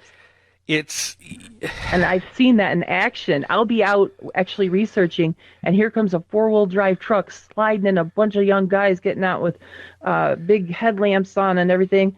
And, all of us just kind of go, okay, well, that's kind of the buzzkill for the night. We're done. And, we leave because they just ruined it. Well, plus you want to get out of there before one of those idiots shoot you. Think, oh, there's something moving over there. That's a whole nother problem. Yeah. Yeah. They shoot at anything that wiggles out there. That's the problem. You're dealing with these types of very curious but cautious. Take guns. Pardon? I don't take guns. I'm not armed in the field at all. The only thing that scares me more than anything else out there is running into other people. Because they're the ones you got to be afraid of sometimes. Yeah. Maybe if you're in an area that has a high bear or wildcat population, maybe some pepper spray or something. But, in terms of these Bigfoot creatures, you know what? If one's going to get you, they're going to get you. That's it. Yeah, that's the thing. You can't get away. If you ever see them move, you realize what you're doing is risking your life if you're going to go into an area and not know the area. I don't go to any area at night unless I've been there a couple times through the daytime and gotten a real feel for the area and look at some of the markings and stuff, because the markings and the structures and stuff they put up will tell you whether you're welcome or not and where you should be and where you shouldn't be. And, nothing out there is going to save you from one of them if they turned on to you. And it's the same with the Dogman. You can buy yourself some time with, an air horn, something to startle them, and get out of there. But if there's any signs of Dogman and stuff like that, I just avoid that area. But I always go into every new area very cautiously, looking for every signs of everything that is there, bear and otherwise, cats, big cats, all that. All of that stuff is avoidable, and you can get out of those situations without having weapons. You can do that. It's just, how are you going to walk on this earth, and what kind of energy and vibration are you going to give out? And you can really have everything talking back to you, not verbally, but intensity wise, and you could feel everything and raise your elevation of frequency and your vibrational rate so that you are in tune with the earth and its surroundings and everything that's there. And there's times where I will walk into an area and I'll just totally look back at whoever I'm with and I'm going, we're going, that's it, I'm done. And they're like, well, we haven't even been here 3 minutes. I'm like, it's long enough, we're going. And so I am just really, really, really sensitive to everything when I'm in the field. And I just totally focus on that. If there's something that's given a vibe off that it feels like I'm being intently watched, I don't even want to mess with it, whatever it is. I get out of there. Now, you've seen and you've had encounters with everything from Bigfoot, dogmen, dog creatures, and you've mentioned gray aliens a few times. Have you had any interactions with these things, or I mean, what has been your encounters like with those types of beings? I have not talked about that with anybody. Yes, it's been very unfortunate. It's been horrible. It started 3 years ago for David and I, at the same time that I started noticing these dogmen and taking pictures of them from a distance, just using high powerful lenses and stuff like that, and seeing that these alien things were on the shoulders. The amount of UFO activity in this area was off the hook. I was taking pictures of the UFOs. The next thing you know, we had visitors, and they are not friendly visitors. And I have many pictures of my body just beat to a pulp, just, bloody, bruised up mess from them. And are you talking about horrendous? Are you talking about like if you've waken up in the morning and found this, or do you have conscious encounters that you remember? Both. Some I don't, and many times David and I both remember everything. And my daughter won't even stay at my house. It's a very painful, touchy subject for me at this point, because my daughter will come during the day, but she will be gone before it's dark, and she'll stay with my mom or whatever. But she stopped coming here when my daughter realized what we were telling her, what we were saying was true. This happenings of these things coming. It only took one time for my daughter to get scared out of her mind, and she said no more. She won't come to my house. It's been almost a year, and I bought this house for her to live in this area, and it's only been 2 years we've been here. Have you worked with? I'm sorry, I know there's a slight delay here. Have you worked with or tried to look further into this type of phenomenon as a way to try to prevent it from happening and stopping it? And I have a reason for asking that, but let me ask you. I have, and I realized they only made it worse. I don't want to give up what's working for me right now, because I don't want to tip anything off or tip the scales. We're just doing the best we can right now. Okay. And I know that prayer and faith is a big part of it. And I don't know if these things are demonic or if they're interstellar, if they're interdimensional. I don't know what they are. I don't know if they're government involved. I just know they're the worst nightmare. And this is the first time I've ever spoke about it on the radio.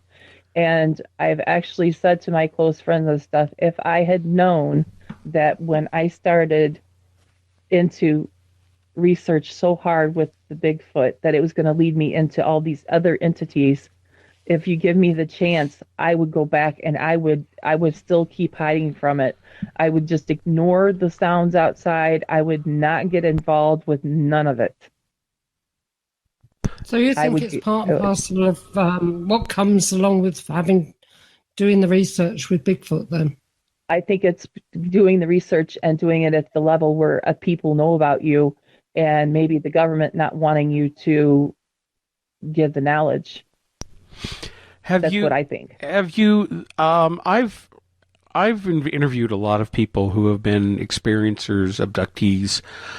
In fact, I mentioned earlier in the program about yesterday going to watching a talk, and one woman who's an abductee and talking about this other case that I know of where somebody's having also negative interactions with these types of beings. And one of the things she talked about is making sure that you don't put out inviting them in any way, shape, or form, and putting out that intent that they're not welcome. Oh God, no. And I don't know if that's something you've tried just by simply saying anything. You have a relation. You have so tried much. Yeah. Yes. Okay. I have tried so much, and like I said, I think the best thing is to stay spiritual, keep faith. If they make you lose that edge, then it seems like they got one up on you, and you're more vulnerable. We actually, in my house, sleep in shifts.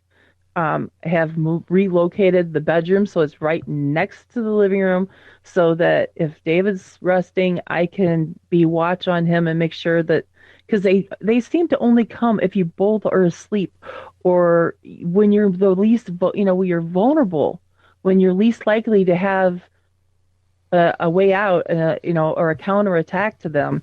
So we just sleep in shifts like that, and we pray a lot. If things start feeling weird, or we start hearing or seeing some of the signs, like you'll start smelling what smells like a burnt match in the house, like Sulfur. if somebody blew it out. Mm-hmm. And we'll get the other, that's when we'll wake the other one up. If it's Dave, I'll wake him up and I'll go, hey, it's time to get awake. We need to be observant, need to be together. We need to pray. We need to, keep our eyes open and not be snuck up on from behind. And that's literally how we're living here. And I haven't told anybody that. This is the first I've come out with this, and I didn't plan on it. Well, I appreciate you sharing that with us, because if there's one thing when I hear a story like this, I go into protective mode. So, it's terrifying. It's like the worst nightmare coming true. And mm-hmm. It's just the worst thing that I've ever been through in my entire life. There's a gentleman. Yeah, have you actually seen them with your own eyes? Yes, and I could show you. Like I said, I've taken pictures. We have taken pictures where we'll be in our backyard, and they're right there in the tree line looking at us. And David will be so bold because he's just so angry as a big tough guy. Dave is 6'3" and he's almost 300 pounds. He's a tough man, and for him to be made to be a vulnerable, it's like a major hit on his masculinity. And so he'll grab his camera and he'll just take pictures, and he'll shout at him and everything else. And I go, don't, David, don't do this. Don't, don't give him energy. You give him negative energy. Don't do that. And for a while, it was hard to get him to get on that mode of thinking, to just ignore him. Just, okay. Yeah. You say that you think it may be the government. I don't. Do you think the government? I don't know what you mean by the government. It's obviously not human beings. It's the government sending something. It's a theory. I don't know why they come down on me like this. It's just a theory because, why all of a sudden? Why are these things bothering me when all I was doing is just researching Bigfoot and hanging out with that, and I was good with just that. I don't want the other things. I didn't want to learn about them, but they're on my plate. So if they're there, I better know for my own safety. So that was my approach. Maybe you're getting too close to knowing something that they don't want you to know. You know what? I don't go into the areas where these other things are, and I've gotten to where I just stay home. Like for the last 10 months, I have kept it home-based, not even going into the field, just trying to get it to stop. Just, okay, whatever it is that you don't like me doing, I'm just being, right? Okay, I'm just being myself right here in my own little homeland. If they come up in my backyard or if they're in the tree line, fine. I'm taking the photo shot. I'm going to get it. I'm going to share it. I'm good. That's my turf. But, I don't know why they turned on to me like this and Dave. And it has to be, that's what I'm saying. We've pushed the wrong button somewhere. I also, I also maybe, like I said, you're getting too close with your research with Bigfoot. There's something that they don't want known. or it's the fact that timpering on the edge of it. Or it's the fact that she's raised her own vibrations enough to be able to interact with these other beings, that it's attracted these other more negative beings. And again, even though they may look like gray aliens, and you've even seen what looks like UFOs, there's a very similar case with a gentleman down outside of Phoenix, John Edmonds. I don't know if you've heard of him. He owns a ranch called the Stardust Ranch, which is a horse rescue. So I watched the whole documentary, Dave and I did, and we just kept looking at each other the whole time, because that's really just like a page out of my book. And in his case, he bought the property with it already going on, and he found out about it later. And your case, I think it probably is the fact that whatever these things are, I don't know why, I just keep getting pulled to the fact that they're not from outer space, that they're more ultra-terrestrial, as one way to call them. That's a good term. That's why I've kind of struggled with really what kind of label I want to put on it all. It seems like interdimensional, but yet not. It's like, it's here, it's our reality, and not everybody can see this reality, and sometimes only our digital stuff is seeing it, but they seem to work so well here. Is it not that there's just an alternative reality right next to us that we're just blending in with, and we don't even realize it?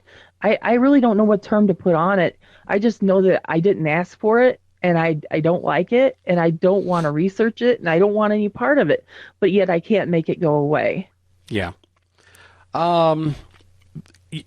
When the show is over, we'll talk with you more about that. I have some ideas, and maybe we can discuss that further.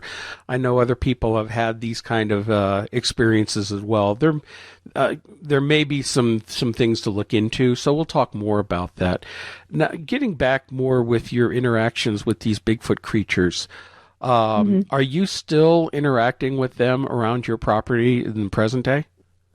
Absolutely, because they will protect me from the other things. Like, if the other things got into the house and I didn't know about it, the next thing I know, this just happened. Honestly, just happened.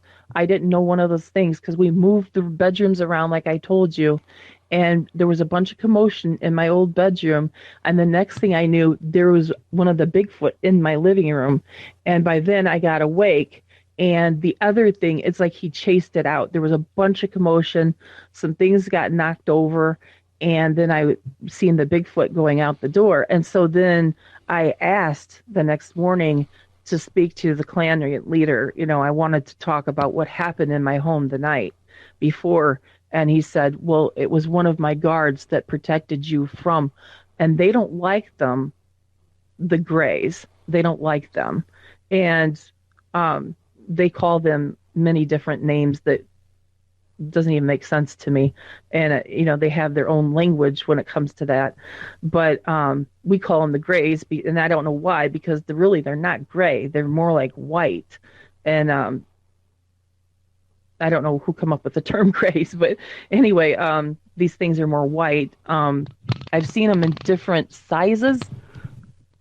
I've had a couple of different encounters with different ones. Some ones that were really tall and thin, and now they were a little more gray than the white, I guess, but they were the meanest. They were absolutely horrible, and they had these little tiny ones with them, and those little tiny ones would literally bite you. They were horrible.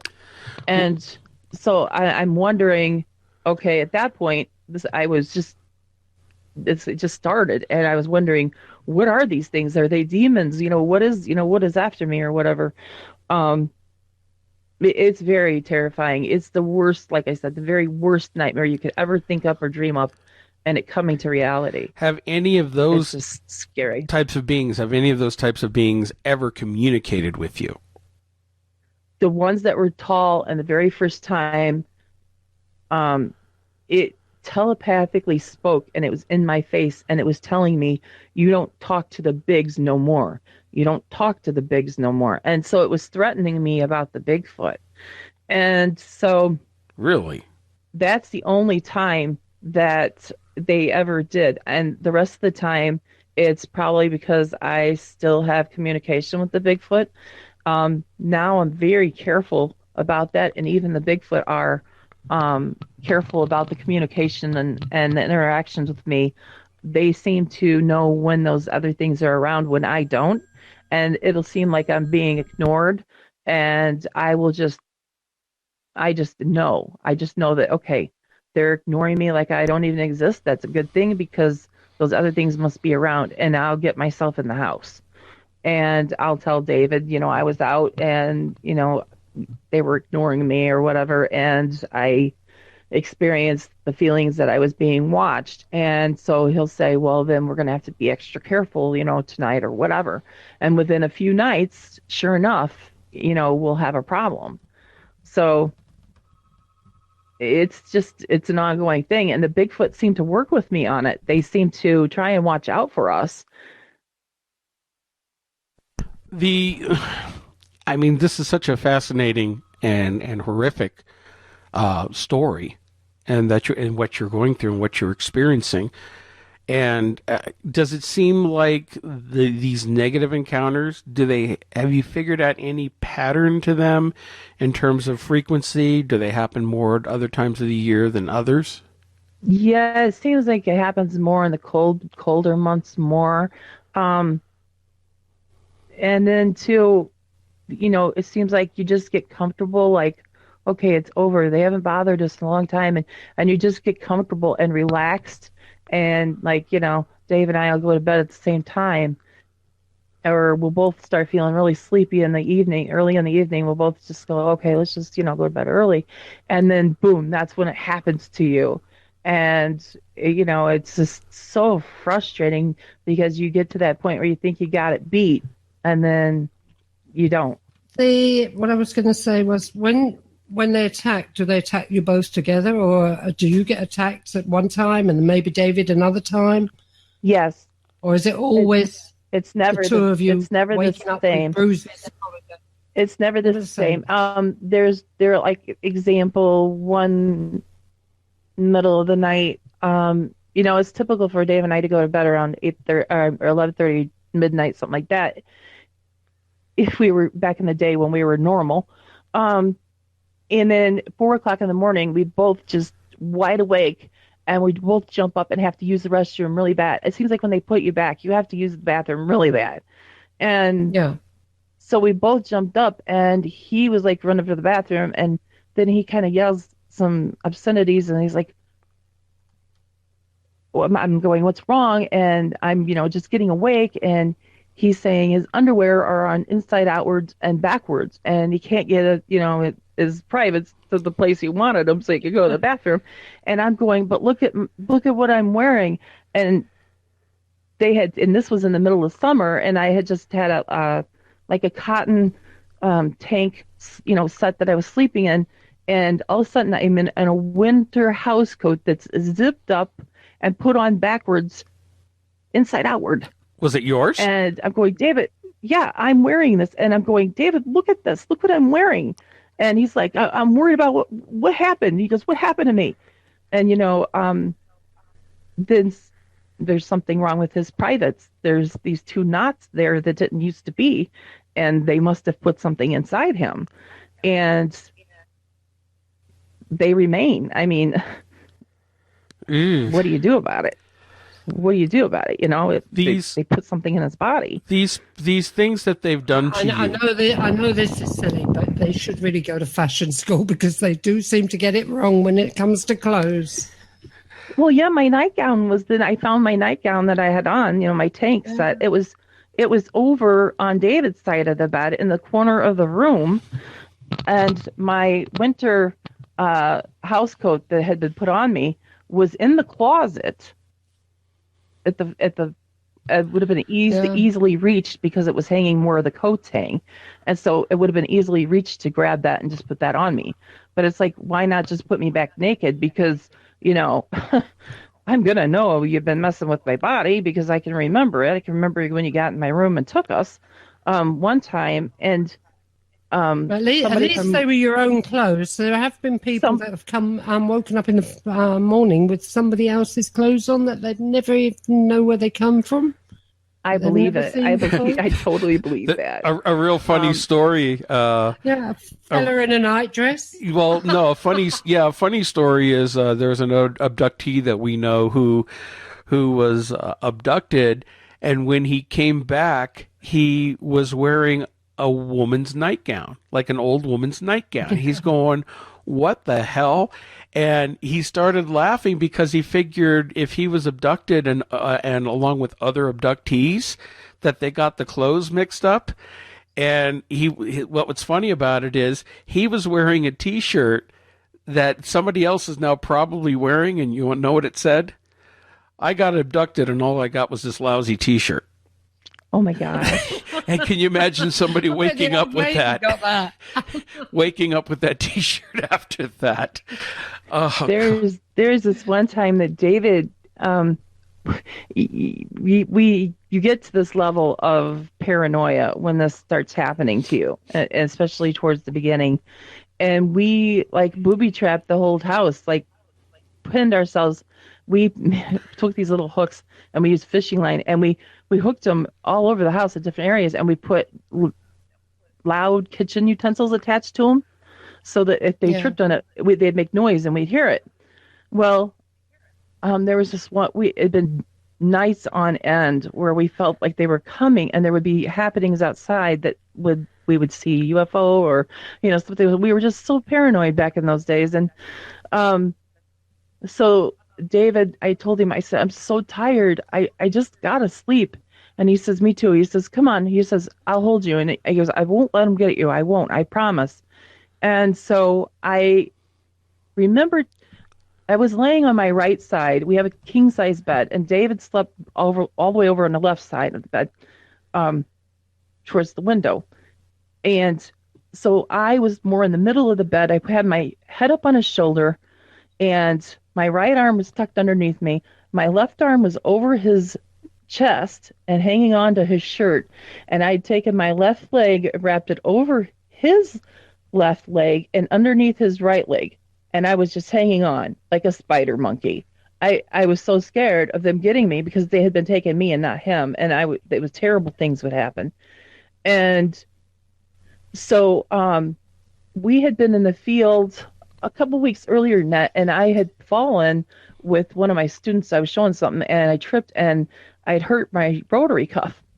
And so if you move my shoulder just a little bit, I would feel it, and it hurt, and I wake up. Well, that's what happened.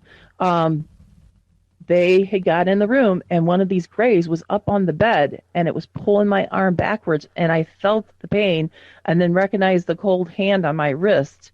And when I did, I just jerked and just dove on David, hanging on to like dear life. And he opened his eyes just to see that thing. And I seen his shoulder flinch, and I ducked my head. And he said, what the?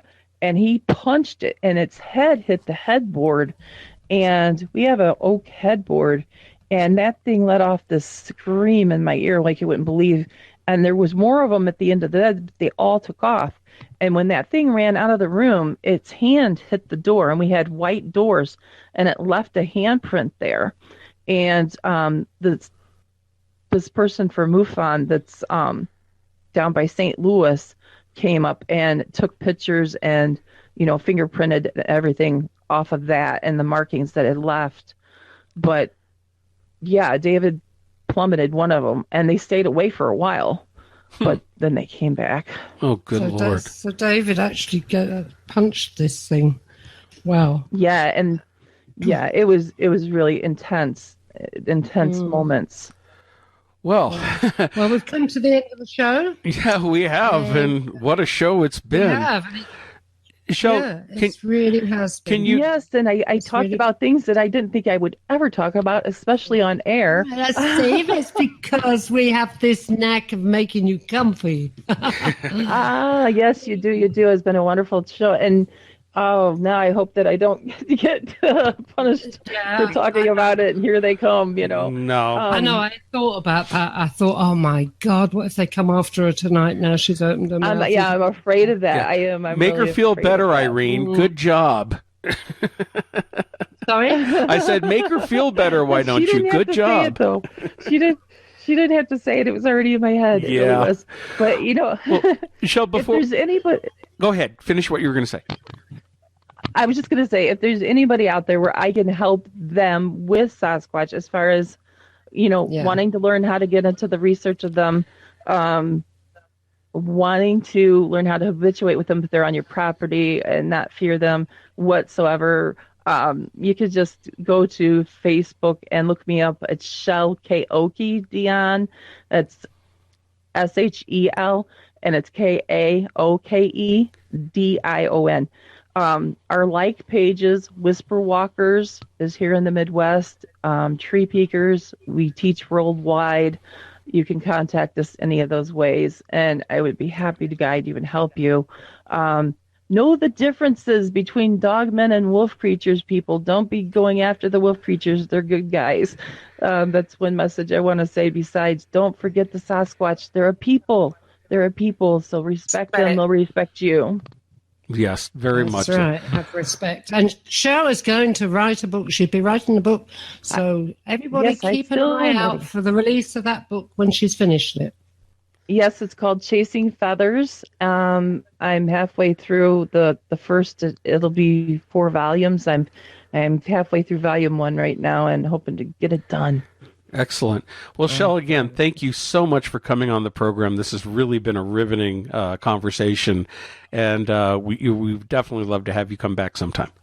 Absolutely. Thanks for having me. It was nice to meet you both. And everybody, thank you for listening to another edition of Paranormal UK Radio. Catch us every Wednesday night at 10 o'clock Eastern and Greenwich Mean Time here on the Paranormal UK Radio Network. We'll catch you next week. Everybody have a good one.